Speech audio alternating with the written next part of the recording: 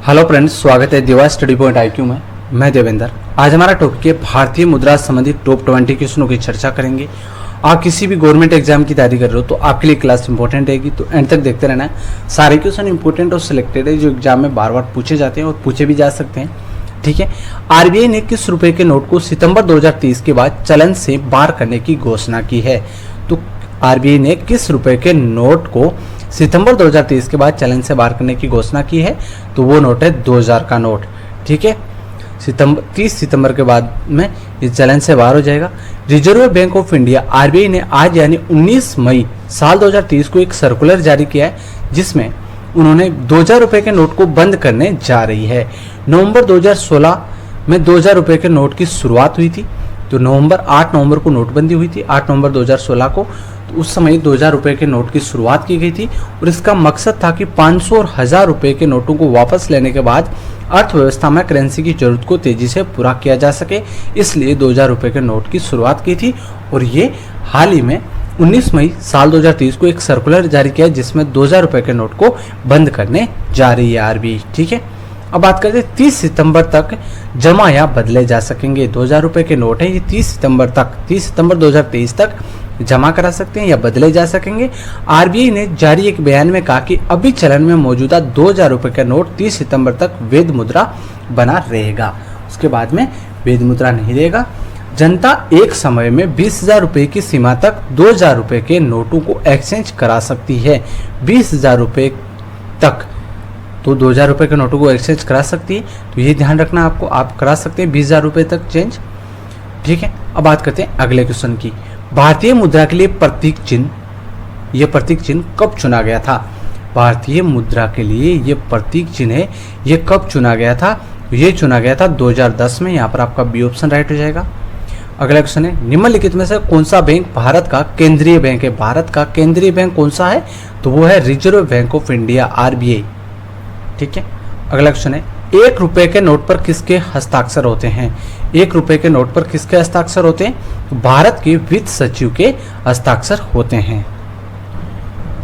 भारत में national stock exchange का मुख्यालय कहाँ स्थित है? भारत में नेशनल स्टॉक एक्सचेंज का मुख्यालय कहाँ स्थित है? तो वो है मुंबई में। तो यहाँ पर आपका डी ऑप्शन राइट हो जाएगा। अंतर्राष्ट्रीय मुद्रा कोष की स्थापना कब हुई थी? IMF की स्थापना कब हुई थी? अंतर्राष्ट्रीय मुद्रा कोष की स्थापना, तो ध्यान रखना 1944 में अंतर्राष्ट्रीय मुद्रा कोष की स्थापना हुई थी। भारत IMF का सदस्य कब बना था? भारत है ये IMF का सदस्य कब बना था? तो ध्यान रखना 27 दिसंबर 1945 को भारत है ये IMF का सदस्य बना था और IMF की स्थापना 1944 में हुई थी और अगले साल 1945 में भारत IMF का सदस्य बन गया था। यहाँ पर आप देख सकते हैं अंतर्राष्ट्रीय मुद्रा कोष IMF एक विश्वव्यापी वित्तीय संस्था है जिसका उद्देश्य वैश्विक मौद्रिक सहयोग को बढ़ावा देना, वित्तीय स्थिरता को सुरक्षित करना, अंतर्राष्ट्रीय वाणिज्य को सक्षम बनाना, उच्च रोजगार और सतत विकास को बढ़ावा देना, आर्थिक विकास और वैश्विक गरीबी को कम करना, ये इसका उद्देश्य है IMF का, अंतर्राष्ट्रीय मुद्रा कोष का। तो ये ध्यान रखना। और भारत इसका सदस्य बना था 27 दिसंबर 1945 को। अगला क्वेश्चन है, IMF की फुल फॉर्म क्या है? हिंदी में अंतर्राष्ट्रीय मुद्रा कोष है और यहाँ पर आप इंग्लिश में ध्यान रखना इंटरनेशनल मॉनेटरी फंड है, ये IMF की फुल फॉर्म है।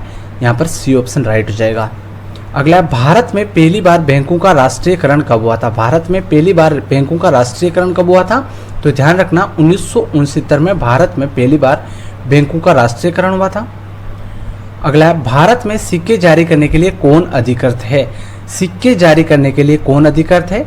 यहाँ पर आपको ध्यान रखना है सिक्के जारी कौन करता है? तो वित्त मंत्रालय है ये सिक्के जारी करता है। और भारत में कागजी नोट मुद्रा जारी करने का पूर्ण अधिकार किसके पास है? तो सिक्के तो वित्त मंत्रालय करता है और कागजी नोट है, कागजी नोट मुद्रा, इसको कौन जारी करता है? तो आपको ध्यान रखना रिजर्व बैंक ऑफ इंडिया है ये कागजी नोट जारी करने का पूर्ण अधिकार है इसके पास, RBI के पास। तो ये आपको ध्यान रखना है। अगला क्वेश्चन है, भारतीय मुद्रा इंडियन करेंसी के लिए प्रतीक चिन्ह ये है, इसका डिजाइन किसने तैयार किया था? इस प्रतीक चिन्ह का डिजाइन है ये किसने तैयार किया था? तो ये किया था डॉक्टर उदय कुमार ने। किसने किया था? डॉक्टर उदय कुमार ने। तो यहाँ पर आपका सी ऑप्शन राइट। अगला क्वेश्चन है, नए 10 रुपए के नोट पे किसका चित्र अंकित है? नए 10 रुपए के नोट पे किसका चित्र अंकित है? नया 10 का नोट आपके पास होगा, वो आपको चित्र देख लेना है। तो उसके ऊपर है कोणार्क का सूर्य मंदिर। ठीक है, किसका चित्र अंकित है? कोणार्क का सूर्य मंदिर का चित्र अंकित है। ठीक है, अगला क्वेश्चन है, नए 20 रुपए के नोट पे किसका चित्र अंकित है? नए 20 रुपए के नोट पर किसका चित्र अंकित है? तो ये आपको ध्यान रखना, एलोरा की गुफाओं का चित्र अंकित है। एलोरा की गुफाएं हैं, उसका चित्र अंकित है। तो यहाँ पर आपका बी ऑप्शन राइट हो जाएगा। अगला क्वेश्चन है, नए 50 रुपए के नोट पे किसका चित्र अंकित है? नए 50 रुपए के नोट पर किसका चित्र अंकित है? तो हम्पी का पत्थर से बना रथ का चित्र अंकित है नए 50 रुपए के नोट पर। तो सी ऑप्शन राइट हो जाएगा। अगला है, नए 100 रुपए के नोट पे किसका चित्र अंकित है? नए 100 रुपए के नोट पर किसका चित्र अंकित है? तो वो हो जाएगा रानी का वाव है, ये नए 100 रुपए के नोट पर चित्र अंकित है रानी के वाव का। तो यहाँ पर आपका डी ऑप्शन राइट हो जाएगा। अगला, नए 200 रुपए के नोट पर किसका चित्र अंकित है? नए 200 रुपए के नोट पर किसका चित्र अंकित है? तो ध्यान रखना, सांची के स्तूप का चित्र अंकित है नए 200 रुपए के नोट पर। नए 500 रुपए के नोट पर किसका चित्र अंकित है? 500 रुपए के नोट पर किसका चित्र अंकित है? तो ध्यान रखना साथियों, लाल किले का चित्र अंकित है। बी ऑप्शन यहाँ पर राइट हो जाएगा आपका। और अगला है, नए 2000 रुपए के नोट पे किसका चित्र अंकित है? जो 30 सितंबर तक चलन में रहेगा। 30 सितंबर 2023 के बाद में ये चलन में नहीं रहेगा। ये आरबीआई ने हाल ही में सूचना दी है। तो नए 2000 रुपए के नोट पे किसका चित्र अंकित है? ध्यान रखना साथियों, मंगलयान का चित्र अंकित है।